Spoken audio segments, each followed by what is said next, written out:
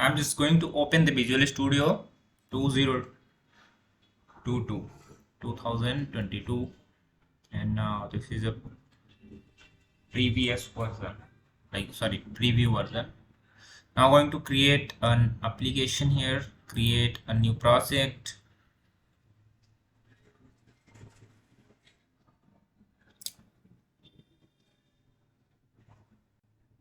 Okay, waiting for few moments.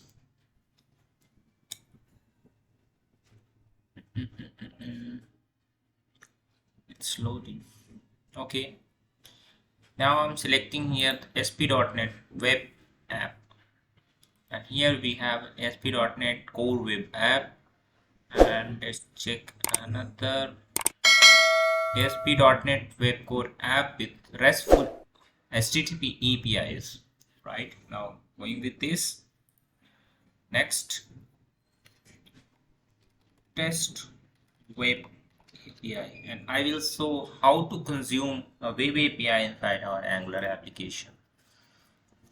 First, I'm going to create inside the drive and the project here. Project name is test web API and creating in the directory training folder. Going to next. We have lots of supports like .NET Core 3.1, 5 and 6. 5 is current version. Okay, I'm going to create in 5. Configuration, enable the HTTPS. Okay, and now going to create.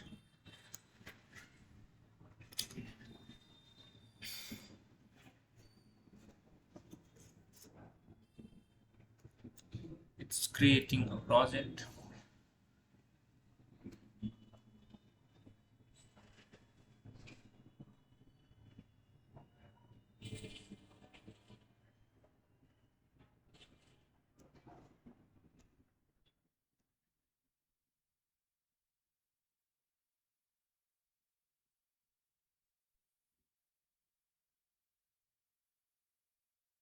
Taking longer than usual time actually, but no issue.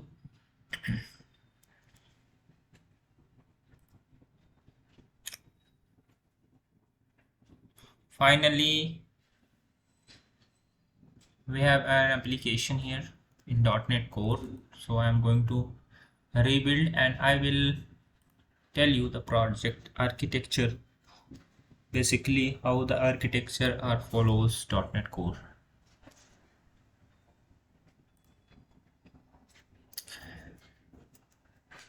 Let it build now.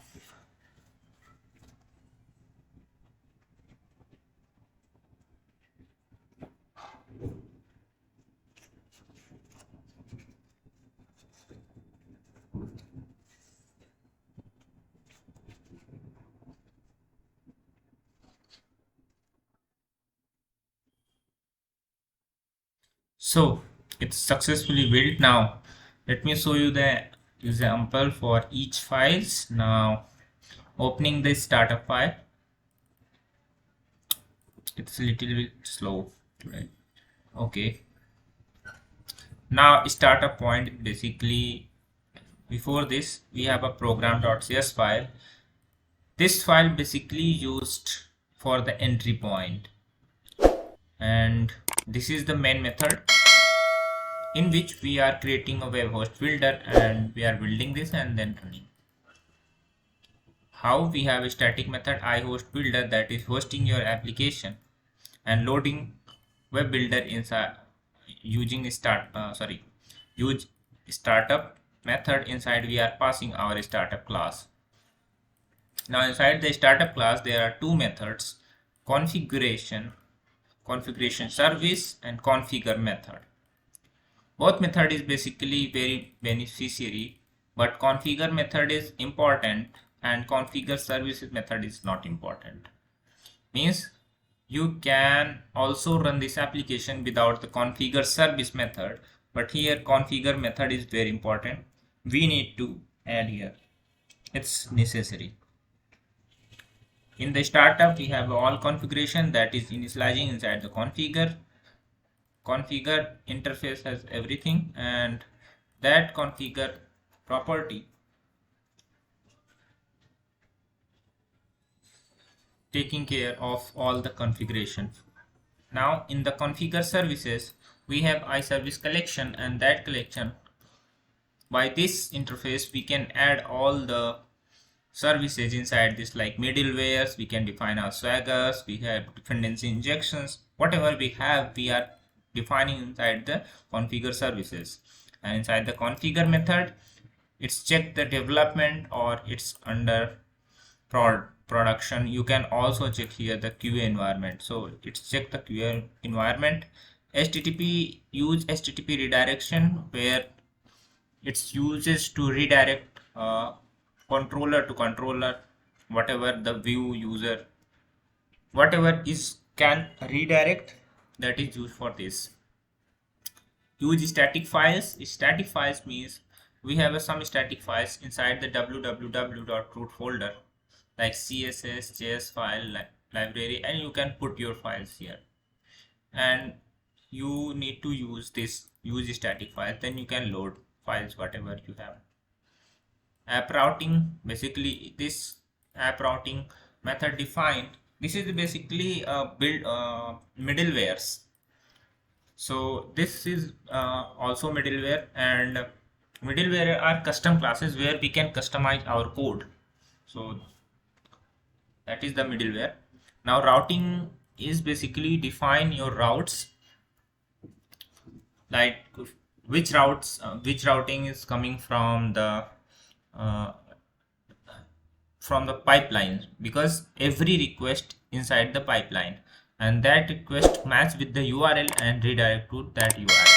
So that's why we are using the use route. Use authorization. So if we are using authorization in our controller, we need to use this. And use endpoints. Inside the endpoints, we are mapping our controller with the root tables. So here the map controller root. Inside we have a default controller. Inside the controller / controller name and index. Index means this is the view. So you can see inside the home controller we have index file to show the information to the user. This is the basically view part. Okay. Now we have IDs. This is basically optional parameter where we can also pass this view with the ID. So basically we can increase here the query string. Now let's move app setting. We have some configuration here, like you can keep here the connection string. You can keep here some keys like secrets. You can keep here something like domain name. So basically app JSON setting is like a web config inside the .NET Core. In the view part, that is you have a view layout. We start in the start you have a layout, and imports that you have some HTML helpers to help to use that. You have a controls. Now index and this file for the controller which we are default created, and shared file. Basically here we have some menus that we are sharing with all those controllers, all those views where we want to use.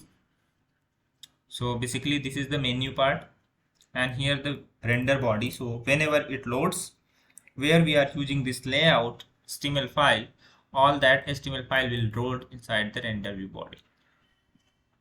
Now validation is partial script. We have some static files here for the jQueries, and error. Whenever you got error occurred, so this page will be shown, right? And the models here, some error model, but you can keep your models here to use whatever you want to keep posted information, like you want to send the data, that kind of model, like student, employees. And the controllers, where you are controlling everything. So basically controllers is used to create endpoints where we can hit our web API by using that endpoints. And also this folder for the some repository, some static files where you can keep your CSS, JS libraries, and properties, where we have a launch setting.json file where we are setting our launch. Suppose you are running, going to click on the IIS, your application will run, but it is all set up inside the launch setting.json. Like you have a localhost here. When you run, what will be the port? Now in the development mode, what will be the port and which port you will run this application, and environment is development environment. Okay, so all the configuration for launch setting.json keeps everything. Now in the dependencies, as you know, we have dependencies inside, like whatever we have a projects references we are adding here. Okay, connected for the Azure, not needed here. We can create a connection, okay, and deploy it on the Azure from here. Okay, let's me start. So need to create a web API here. Right click, add controller. Inside the controller we have an APIs we must need to create first. To test something, create API controller with read and write actions. Now you have a default controller like values controller. Here you will see values controller. Add this controller and you can see what is the difference between normal controller and the API controller. So the difference is this: you have a normal controller, home controller, that inherit the controller in, but it inherits the controller base, right? So there are two things. Now I enumerable what it's error, need to add the generic collection. Okay. So run this project and let's see how it's so, and how we can see our API endpoints or normal views. Is there anything doubt you can ask me? If you are still here, you guys can ask.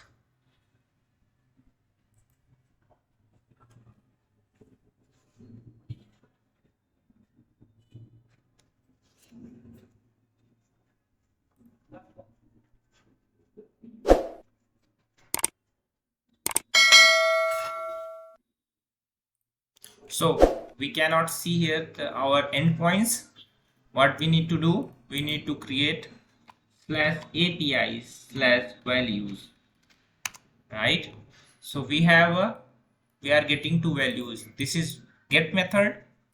You can see inside the controller values controller, we have a controller that can inherit the controller base. We have a route API/controller, and now we are calling directly get function. So this method will be by default. So when we put API/in controller name, this default method will be called. That's why we are seeing here values and values. So how we can call inside our Angular app? Let me show you.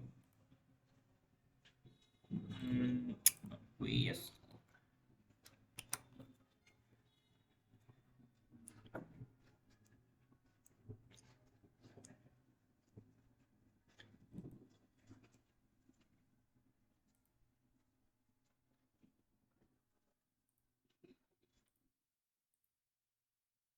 So first we need to create a service, and by using that service we consume these APIs. Then I will call that API inside our component.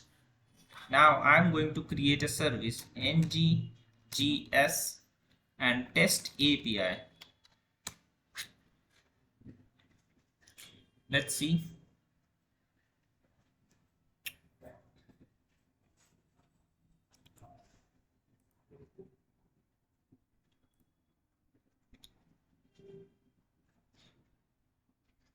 Are you still here?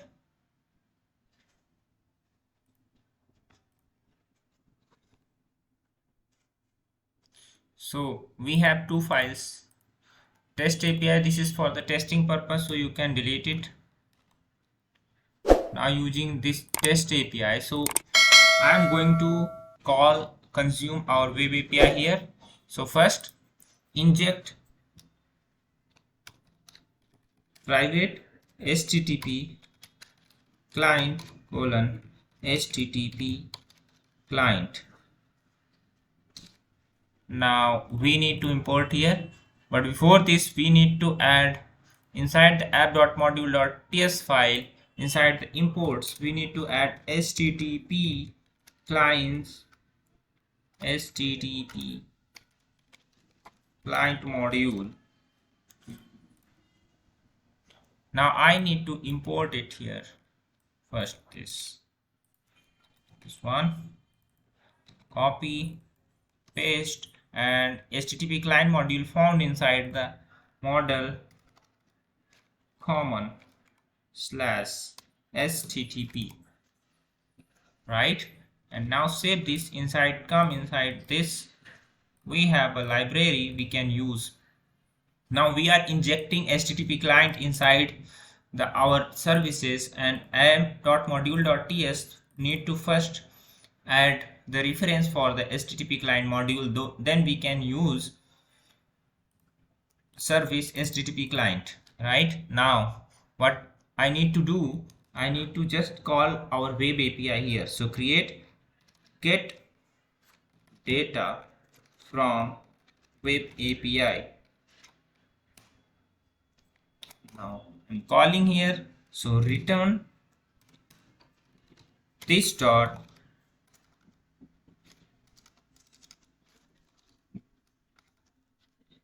http client dot get. Inside the get we need to pass the API URL, so I will pass there, right? And return type as observable any,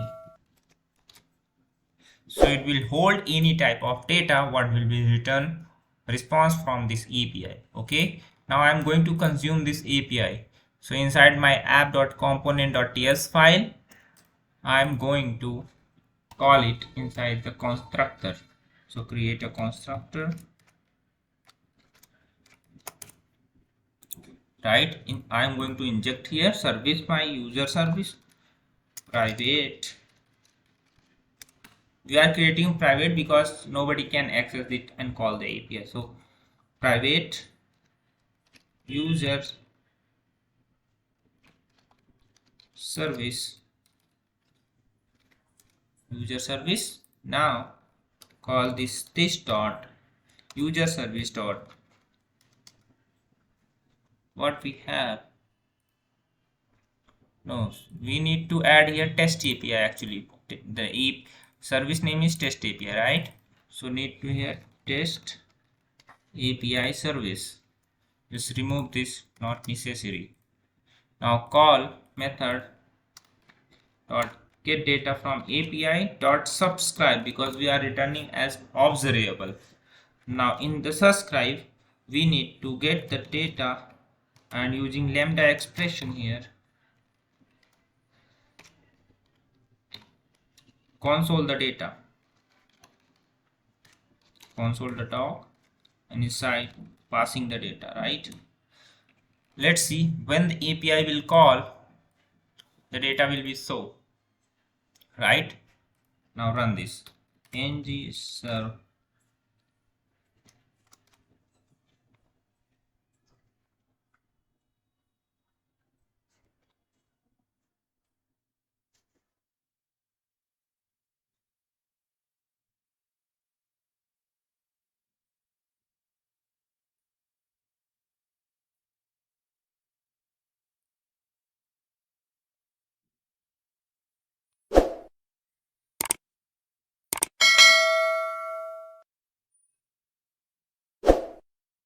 so application is running now, it's building just, and then I will show you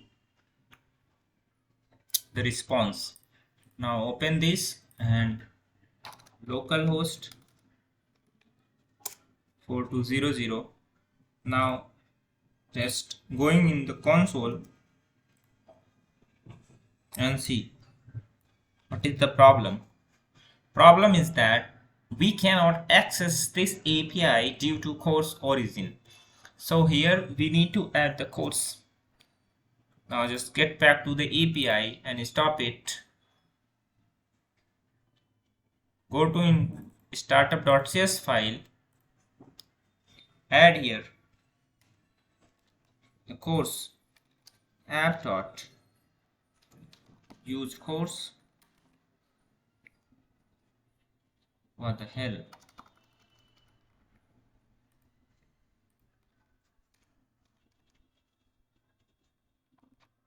It's too slow today, I don't know.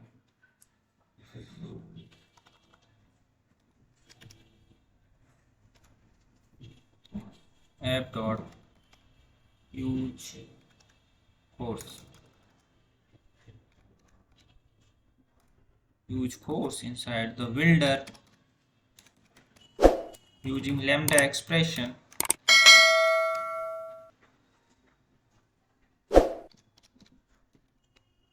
Builder dot allow any header dot allow any method dot allow any origin. Now you can access. You are using course here because you are allowing anyone can call this API. So now we will able to call this. Let's see, localhost.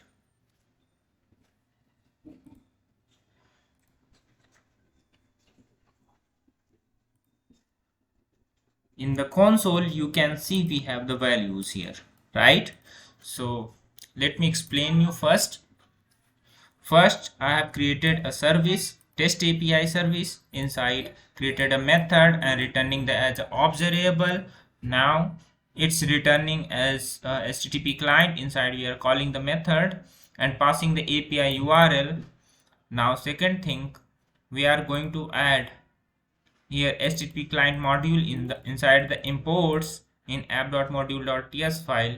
And next thing, we are going inside the component, injecting that service which we are created, and inside this we are calling that method and subscribe the method and getting the data inside the response. Now console the data and we successfully got it.